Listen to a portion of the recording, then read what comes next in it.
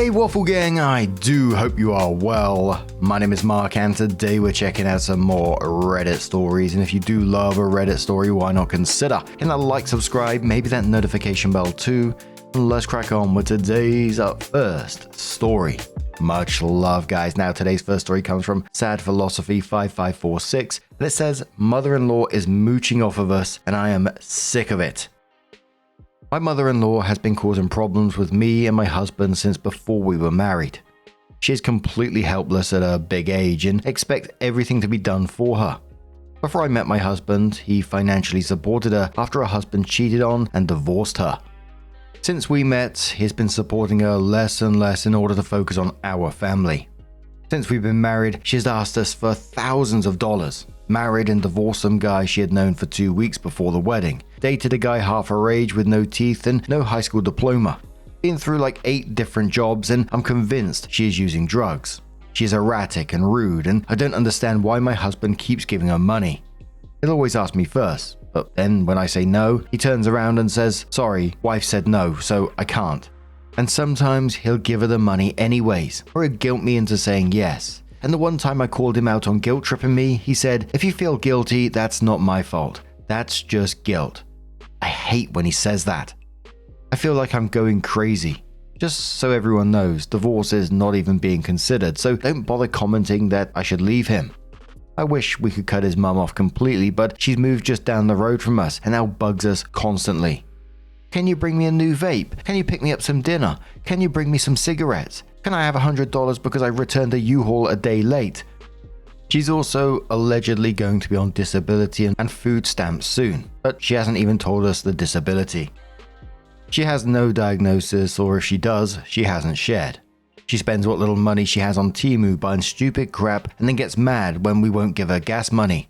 Whenever we try to offer help in a way that doesn't involve giving her money or give her advice, such as, "Hey, maybe you shouldn't be trying to buy a new car with a bank account already in the red," she tells me, "I can take care of myself, sweetheart," in a super condescending tone. No girl, you can't. That's why you rely solely on your children and some 25-year-old cokehead. Just trying to vent. Any advice on how to address my husband would be great. I wish he could see things from my point of view, but he looks at her and still sees his mum he had when he was 7, who cooked, cleaned, drove everyone everywhere, helped with homework, and most importantly, was not on drugs. In the same post, OP update saying a lot has happened. Last week, we lent her a screwdriver. Of course, in that same request, she asked for a pizza, an extra phone charger, and some batteries. She was planning on coming over Friday night for dinner, and I text in our group chat, "Can you please return our screwdriver when you come over tonight?" Very reasonable and polite request, right? She absolutely goes off on me. Tells me she will no longer tolerate disrespect from me, that she's going to start matching my energy, and tells my husband, "Control your woman or I will control myself." Excuse me? And you know what? I wish she would match my energy. I've been nothing but kind to her and my bills are paid. I blocked her. My husband told her that under no circumstances could she ever speak to his wife like that. I begged him to see the signs of manipulation, abuse, and drug addiction, and he finally broke down and saw what I was seeing. We had a very emotional conversation and agreed on a few things. 1. The only time we'll be helping her is by driving her to a neuropsychologist and possibly a psych ward. The only financial help she will receive is if she needs help with her copay. 2. I'm going no contact with her. Husband is going low contact. 3. Mother-in-law lives with sister-in-law. If sister-in-law kicks her out, she probably will soon, we will help get mother-in-law out of the apartment and nothing else. I feel really good about how this has turned out. My husband is supporting me and protecting me and is finally seeing his mum for the manipulative abuser she is. Thank you guys for the opportunity to vent. We're gonna be okay. Bloody hell, it's one of those stories that feels exhausting just reading it. Imagine actually being in that situation, because it's the constant asking, the chaos, the disrespect, just being non-stop, and then just living down the road at the same time. And on top of that, you got a partner who says no with you, but then it's going behind your back and gives in anyway. It pissed me off. It does seem OP's partner is seeing the light at the end of that update, that it's just manipulation, not just helping his mum, and hopefully everything's going to change from there. But is mother-in-law's behavior just going to escalate, or will she back down? I think she'll probably escalate knowing this kind of person. A commenter says to OP, separate your finances. If he insists on supporting her, he can do it with his own money. OP says we haven't combined them yet, and honestly, I'm considering keeping them separate. We're saving up to buy a house, and thought of her getting our house money is so frustrating. A commenter says, she kinda sounds like she's on drugs, honestly. I say this as someone who was raised by a drug addict. Giving her cash probably isn't the best idea, but I get that he's probably gonna do what he's gonna do. Keep your money separate. If he's gonna give her money, it needs to be his and not yours. I think therapy could help you guys. That's the only suggestion I have, unfortunately. OP replies saying, I'm convinced she is using drugs.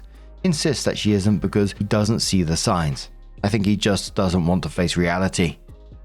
Mammoth says, please do not buy a house with this man. You may not be contemplating divorce, but you need not to financially tie yourself to him until he has shown that he won't continue giving money to his mother. I have written this many times on posts like this. Having separate finances does not mean you are not financially supporting his mother. Every time your husband gives his mother cash, that is money that is not going towards his or your retirement, or towards bills the two of you share, or towards future vacations, or any number of things. Instead, you OP will have to cover that missing money with your own. As long as he's giving your mother-in-law cash, you are also financially supporting her indirectly. And one more commenter that says your husband will likely buckle and help her again. My mother-in-law burned through almost $350,000 in the past 30 months after selling her house, most of it buying gifts for her 50-something son who's on disability for anxiety, then immediately started hitting my wife up for money. My wife caved, of course. I put my foot down after $800 went out, and I'm still seething that she let her mother guilt her into giving her money after pissing away well over $300,000. So OP came in with an update, their first update by the way, that said she's gone. This is the original post I made about a month ago about my mother-in-law from hell and shared the link. We've been having more and more trouble from her lately. I've tried to stay out of it, but she's still been giving my husband and sister-in-law trouble. She lives with sister-in-law and does not pay rent, regularly trashes the place and does not work. From my understanding, she sits on her ass and smokes weed all day. She'd become more and more erratic to the point that sister-in-law sent us a video of mother-in-law with a caption. You all think she's on something? Yes, I've thought that for a while. One moment she's got this baby talk voice and can't do anything and needs help. The next she's screaming about how no one ever helps her and she's surrounded by inconsiderate arseholes. Some of the things that these arseholes have done for her. She's still on our cell phone bill. Lives with sister-in-law for free. Her boyfriend, who is half her age, moved for her and got a job for her. Sister-in-law drives her everywhere. One time, mother-in-law strung sister-in-law along for miles, saying that she needed to be picked up from a town 40 minutes away from home. Then when sister-in-law got there, mother-in-law was suddenly even farther away somehow. And after that happening multiple times and sister-in-law driving for several hours, mother-in-law wouldn't even get in the car and had a full-blown freak out. Other sister-in-law has given mother-in-law thousands of dollars that I'm sure she will never see again. Mother-in-law's aunt has been helping her for decades. Finally, today she had sent a text to her boyfriend, her aunt, sister-in-law and husband saying she was packing her bag and she'd be out of everyone's hair. That no one cared about her and she'd feel more at home living under a bridge than in the hellhole she'd been trapped in. She texts sister-in-law separately to call her a bitch-ass liar and to tell her she never wanted to hear from her again. Husband finally told mother-in-law off. This is paraphrased, but his message said something along the lines of, how dare you talk to sister-in-law like that after everything she's done for you? This is unacceptable. When you pack a bag, walk yourself to a mental institution or to jail, because no one around you deserves the treatment you've given them. At some point you have to stop pointing fingers and see the common denominator. So yeah, we'll see what happens from here. I've been tempted to text her, but I feel like that'd just make things worse. Instead, I signed her phone number up for several services that text daily Bible quotes. It's just past midnight here, so I'm sure there'll be more shit happening when we wake up. We're out of town right now, which is honestly such a relief. We'll deal with her crazy, or maybe not, later. Opie came in with another update, which said was the final update, but there is another one after this, and says, we've been waiting for days to hear whether mother-in-law left sister-in-law's after a breakdown. Turns out she didn't leave immediately. We got her insane text last Friday, and she stayed until this afternoon. She went to her upstairs neighbor to tell them her 30-year-old boyfriend is abusing her, which is a lie, and then disappeared. The only person who knows her location is her aunt who told us. I can't tell you where she is because she specifically asked me not to tell, but she's somewhere I've been begging her to go for a long time. So we think it's either a rehab or a mental institution. This will probably be my last update. Hopefully this all means she's getting her shit together. And OP comes in with the final update and says, well folks, she's in jail. We just found out she was arrested last week on several drug possession and trafficking charges and could be looking at 5 to 20 years. And that's when she actually gets a trial. Who knows how long that'll take. We don't have the money for her to make bail, and so she's stuck for a while. I've been telling everyone around me she must be on drugs and no one believed me. So the moral of the story, I am right all the time and everyone should listen to me always. This is an insane way to end all this, and I'm definitely done updating this story. To all the folks who said she was exhibiting signs of drug use, thanks for making me feel like I'm not crazy. Someone says, so the aunt in the last post, she's somewhere I've asked her to go for a long time with a laughing emoji on the end, and Opie replies saying, actually turns out she spent some time in the psych ward. She was out for like a week before she got arrested. Bloody hell, but some other comments on this one saying do not bail her out because she needs to do the time to learn from her bad behavior, etc. But what do you guys make of this situation? Let us know your thoughts down in the comments below. Let's move on to another story. Now our next story comes from Cute Culture 6176 from the What Should I Do subreddit saying, my fiance wants our baby to have her ex-husband's last name and says my culture shouldn't be pushed. I, male 40, have been with my partner Jessica, female 36, for the last 3 years. We've been engaged for about a year. We're expecting our first baby together in September. Jessica has 2 kids, 15 and 13-year-old girls, from her first marriage. The kid's dad was a high school boyfriend who is a deadbeat and is always broke and lives with his parents because he can't hold a job. Kids live with us but occasionally meet their dad. Jessica has her first husband's last name and never changed it after her divorce. Last night we were discussing names. Then out of nowhere she said, no, that name will sound ridiculous with her/her first husband's last name. I was surprised. I asked why on earth our baby would have your first husband's last name. Jessica said she wants all the kids to have the same last name. It's really confusing for the older kids to change theirs, so it makes sense if the new baby has the same last name. I told her, no, I'm not comfortable. She got angry and called me old-fashioned man with outdated values. I told her if she had chosen her maiden name for the baby, I was completely okay with that, but I don't want our baby to have her ex's last name. She said I'm insecure. It's her and her kid's last name, and I'm being a giant arsehole. Am I being oversensitive? I'm not sure if this is going to be a me problem on this one, but I find that absolutely wild. I get the idea of wanting all the kids to have the same last name. That part, okay, I get it. I can understand where she's coming from, but the second you realize that the name belongs to her ex, who isn't even involved properly, for me that changed things completely. And OP even compromised her maiden name. It sounds reasonable to me, but jumping this straight to you're insecure because he doesn't want his child carrying another man's name, that just felt really dismissive to me. A commenter says to OP, hyphenate the names for the baby so that if you marry, mother can hyphenate her name too. That way she still carries the same name as her older children. I understand your reluctance because you think it's the name of her ex. It's the name of a family unit now. Even after divorce, I don't know any women with kids who went back to maiden name, so I understand her wanting something that ties her to both sets of kids. The only other option is to adopt her older kids. OP says hyphenated with her maiden name. Not a problem, absolutely. Her last name only, I'm all for it. Hyphenated with her ex-husband's last name? No, I don't feel comfortable.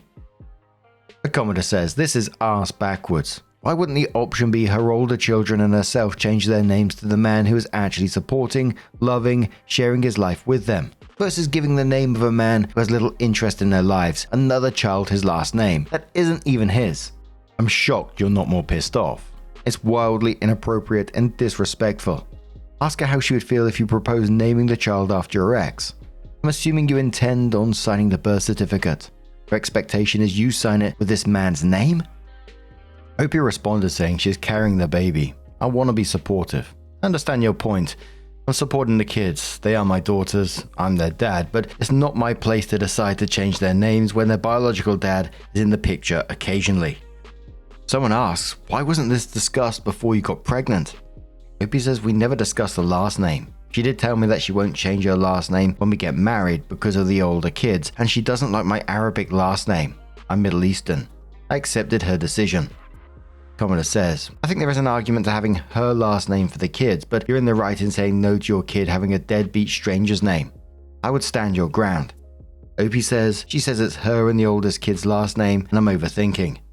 Negative B says, who was downvoted, her current last name is the kid's last name, and she wants the same last name as all her kids. Understandably so. Opie says, this is her argument. I'm not asking her to change her last name, but I don't want her ex's last name on our baby either. Another commenter, who was downvoted, says, she chose that name. She has stuck with that name for decades. When she got divorced, she had to make hard decisions, including about her name. Regardless of who else has it, it's her name. It is the name that her children have. Are you one of those guys who stomp a foot about their wife having to take your name at marriage because her name is just your dad's name, really? One of those men who thinks a woman's name is less important. Don't define it as his name, because that doesn't matter. There's a whole bunch of folk with that name. Arseholes, great folk, sinners, and saints. The same as your name. I bet you can find some deadbeats there if you look for them. The only person that is important who has that name in this context is hers and her kids. Saying it's not her name and it's not important is basically spitting on her and her identity. Opie says she won't be changing her name this time. I'm okay with that.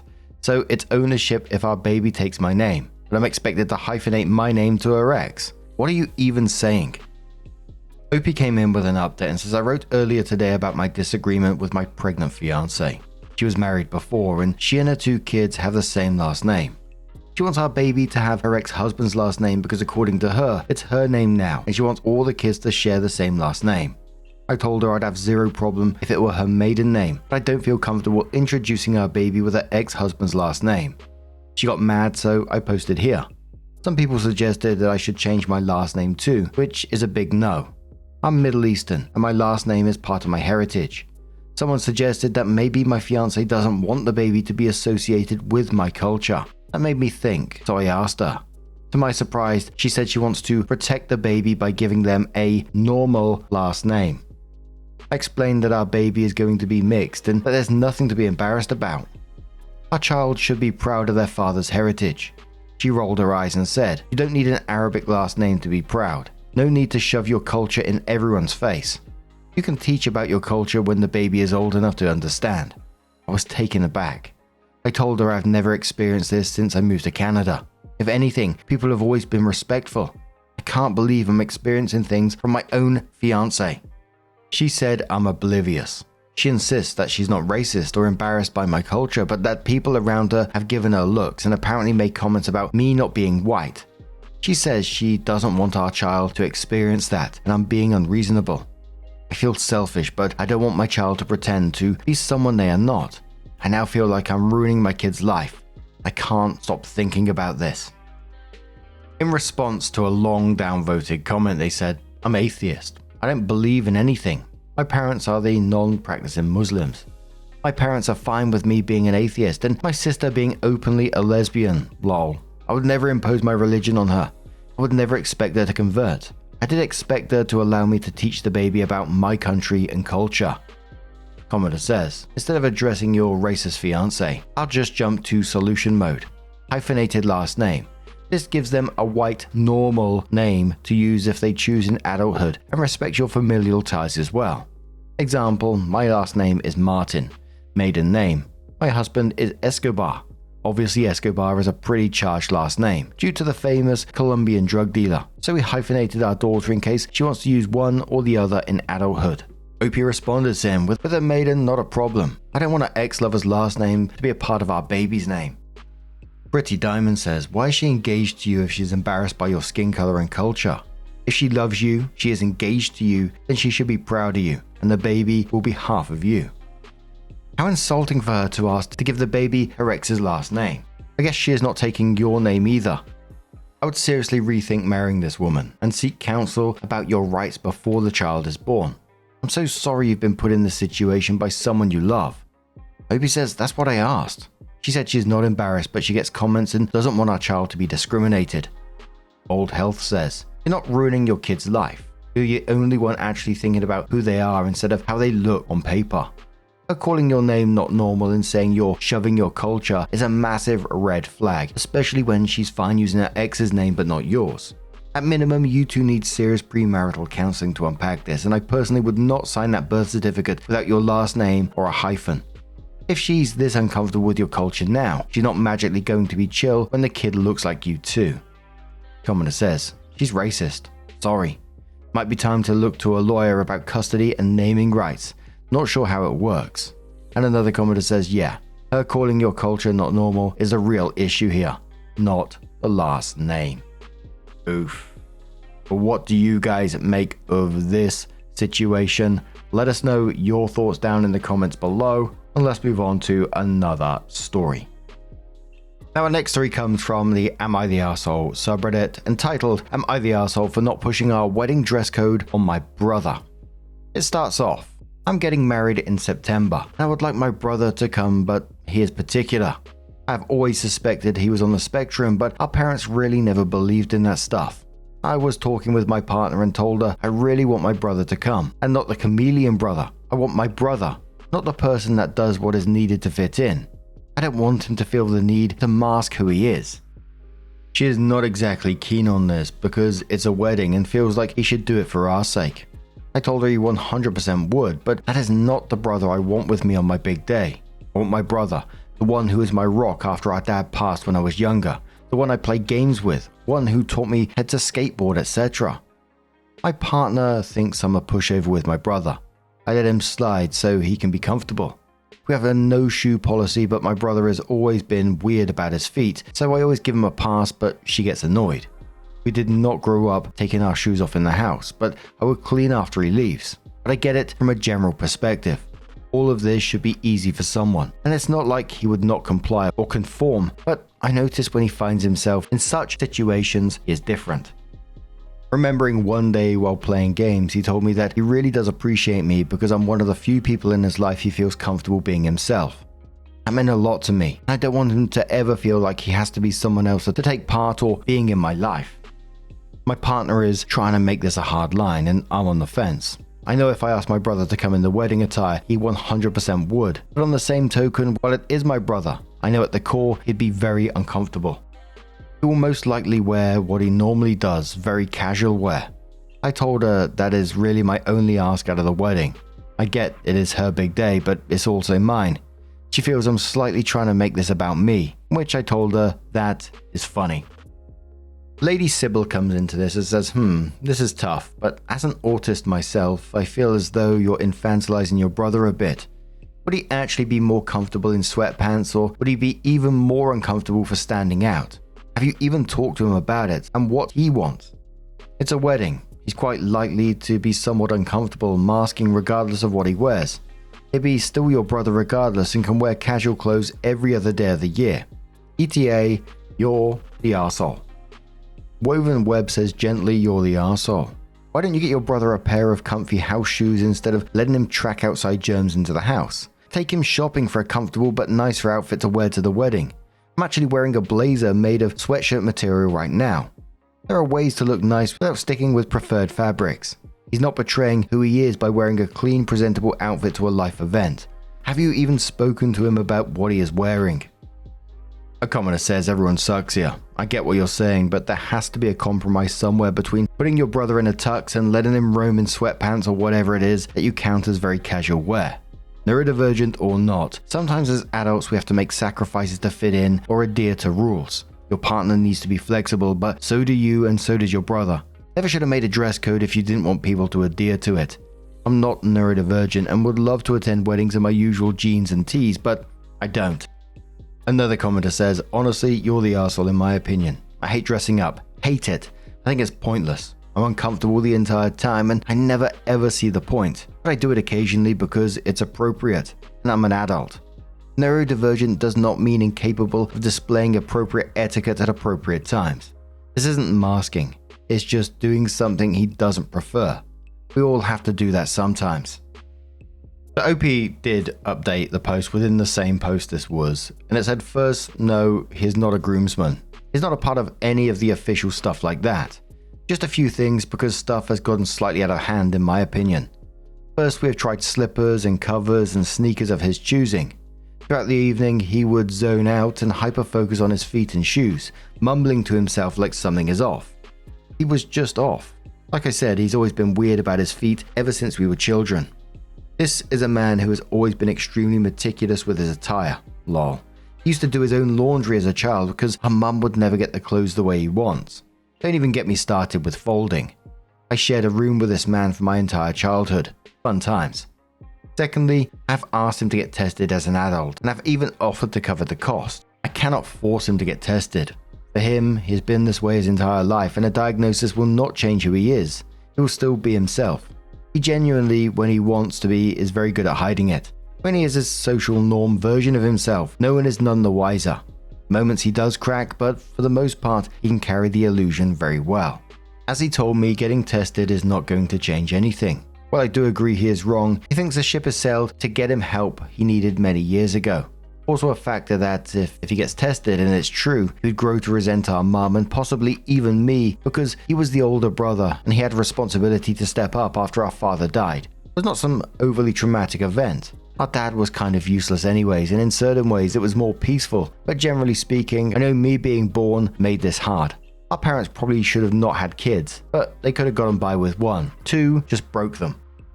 I was younger, so it probably hit them even harder because he got to know the dad I never got to know, the actual father figure. That is why I don't push therapy or getting tested. It is not my place to do so, and we all have our demons. If he is not willing to face them, who am I to say otherwise? I'm not a betting man, but after everything I've seen with him, I'd bet everything I own that he is 100% on spectrum. Lastly, as for the comments of me treating him like a child, I know him. He would set himself ablaze for our mother or I. I don't like seeing him stuffy and out of place. He will always be my brother. And I know the comments about the brother that is on versus the brother that is not are different. Because it was the best way that I could explain it. They are vastly different people. He has told me how much he hates that he feels like he cannot be himself around others. He is a 36-year-old man that has no interest in dating. His idea of a fun evening is being home playing old games. That is the self he wants to be, but he knows that self cannot pay bills or hold down a job. He has to play the game for him to have those freedoms. I don't want him to ever feel like he has to put on an act around me or my family. I want the brother that has lightsaber duels in our backyard even as adults, having nerf wars as 2 grown-ass men.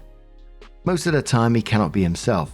He has to be someone else. I just want to be one of those people in spaces where that is not the case. So yes, my brother is a 36-year-old man-child, but he is still my brother, and I cannot change that, and I don't want to.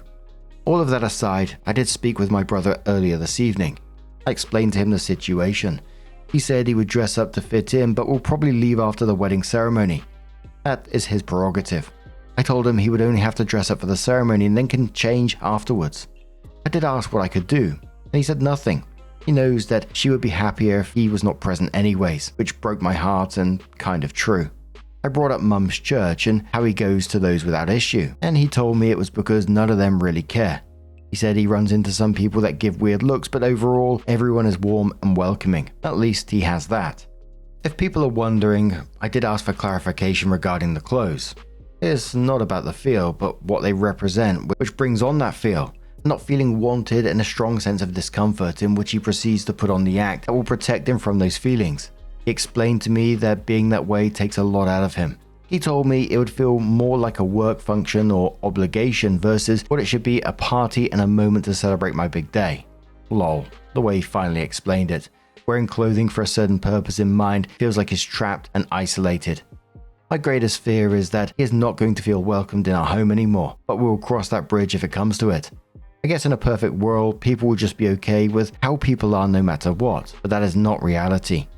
As many have said, the wedding is not about me, it's all about my future wife. It is her moment to shine, so I will let her shine. It is late, but wanted to make the update before I went to bed, and everything was fresh in my mind. And even with it fresh, it's still kind of a mess. I hope it makes sense overall. I kind of just felt like sort of sad and flat after that one because you can tell how much OP loves his brother and how much it means to him that his brother feels safe being himself around him. That line about being one of the few places he doesn't have to, put on an act was huge. And some of the sadness in this is because the brother's already compromised, saying, you know, he's going to dress up for the ceremony and then leave, which I think is really valid. But then there was the comment afterwards, which said, he's saying she'd probably be happier if I wasn't there anyway. And Opie said, true. And I couldn't help but feel and ask myself, what does the future actually look like here? Because this isn't about one wedding. That comment about her probably being happier if he wasn't there probably didn't come out of nowhere. And if that's where they're at before they're even married, what happens, you know, holidays, family events, just everyday life? Just left me with more questions than answers in the end. But what do you guys make of this situation? Let us know your thoughts down in the comments below. And just a huge thank you for being here today, getting involved in the stories, your love, your support, your time. It always means the absolute world to me. So thank you so much for being here. And hopefully I'm going to see you in the next one. Take care and much love.